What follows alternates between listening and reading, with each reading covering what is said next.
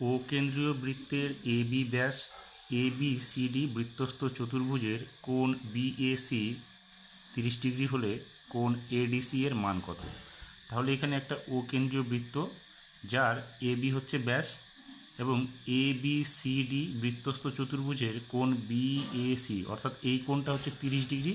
আমাদের কোণ ADC অর্থাৎ এই কোণটার মানটা আমাদের বের করতে হবে।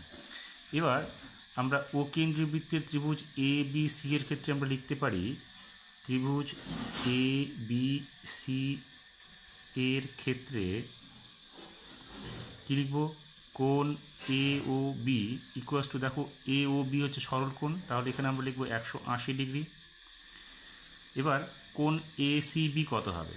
তাহলে অতএব কোণ ACB ইকুয়ালস টু কী হবে? হাফ ইন্টু কোণ AOB, কারণ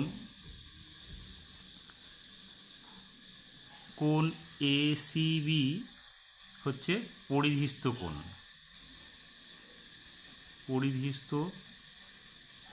কোণ, এবং কোণ AOB কেন্দ্রস্থ কোণ। তাহলে এখানে কত হবে? হাফ ইন্টু 180 ডিগ্রি, তাহলে কাটলে কত হবে? এখানে হবে 90 ডিগ্রি। এখন দেখো এটা আমরা কত পেলাম? 90 ডিগ্রি পেলাম। এটা কত? 30 ডিগ্রি। তাহলে 90 আর 30 কত? 120। তাহলে এটা আমরা বের করে নিতে পারবো। তাহলে অতএব কোণ ABC ইকুয়ালস টু কী হবে? 180 ডিগ্রি বিয়োগ কোণ BAC প্লাস কোণ ACB। তাহলে 180 ডিগ্রি বিয়োগ এখানে আমাদের কত? BAC এর মানটা কত? BAC এর মান হচ্ছে আমাদের 30 ডিগ্রি, তাহলে আমরা লিখব 30 ডিগ্রি প্লাস আমরা এটা বের করলাম ACB এর মান কত? 90 ডিগ্রি, তাহলে এখানে লিখব 90 ডিগ্রি। কারণ হচ্ছে ত্রিভুজের তিনটি কোণের সমষ্টি হচ্ছে 180 ডিগ্রি, সেই জন্য আমরা এখানে 180 ডিগ্রি থেকে বাদ দিব। তাহলে 180 ডিগ্রি বিয়োগ 120 ডিগ্রি হবে এটা যোগ করলে, অর্থাৎ এখানে হবে কত? 60 ডিগ্রি। আমরা এই কোণটার মান কত পেলাম? 60 ডিগ্রি পেলাম। এখন আমরা এই কোণটার মান বের করব।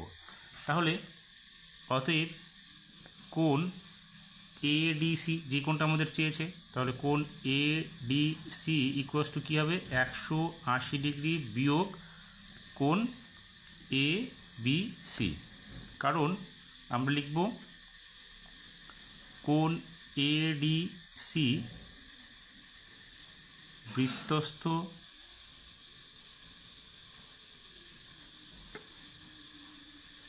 এখানে ABC লিখবো আমরা, ABCD বৃত্তস্থ চতুর্ভুজ, অর্থাৎ বৃত্তস্থ চতুর্ভুজের বিপরীত দুটি কোণের সমষ্টি কত? 180 ডিগ্রি। সেক্ষেত্রে আমরা কী করব? 180 থেকে এই কোণটাকে বাদ দিব, দিলে আমরা কোণ ADC এর মান বের হয়ে যাবে। তাহলে আমরা কী করব? 180 ডিগ্রি বিয়োগ এর মান কত? 60 ডিগ্রি, তাহলে এখানে আমরা লিখব 60 ডিগ্রি, অর্থাৎ এখানে আমরা কত পেলাম? 120 ডিগ্রি। তাহলে এখানে আমরা কী পেলাম? এই কোণটার মান 120 ডিগ্রি।